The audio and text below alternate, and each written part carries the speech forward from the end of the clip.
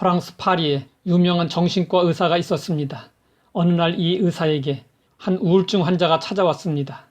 영국에서 찾아온 이 사람을 위해서 의사는 이런 말 저런 말로 처방을 내리고 권해 보았습니다. 하지만 그 사람은 이미 그런 방법들을 다 써 보았습니다. 친구를 사귀어 보라고 했지만 그에게는 많은 친구가 있었습니다. 여행을 해보라고 했지만 그는 세계 곳곳 안 가본 곳이 없었습니다. 실망하고 돌아가려는 환자에게 의사는 마지막으로 기발한 아이디어를 생각해냈습니다. 런던에 사신다고 하니 한 가지 권해드리겠습니다. 당신 동네에 찰스 매튜라는 희곡 배우가 있는데 내일부터 그 사람의 공연에 가서 실컷 웃으십시오. 그것이 도움이 될 것입니다. 그랬더니 환자가 말했습니다. 제가 바로 찰스 매튜입니다. 이것이 세상이 주는 평안의 한계입니다.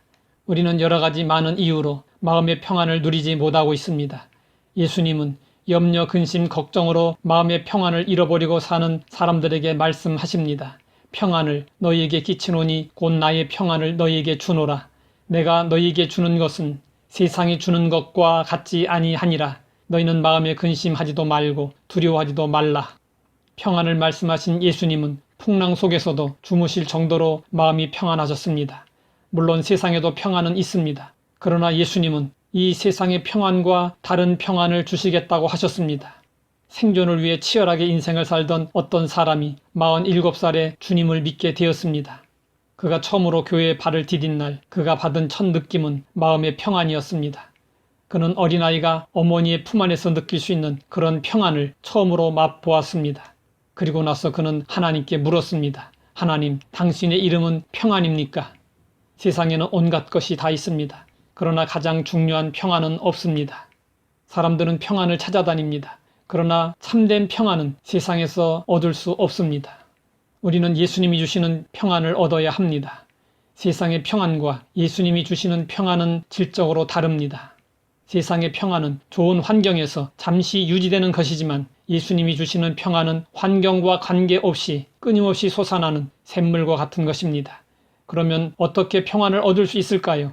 사람들은 단순하게 하나님께 기도함으로써 평안을 얻을 수 있다고 생각합니다.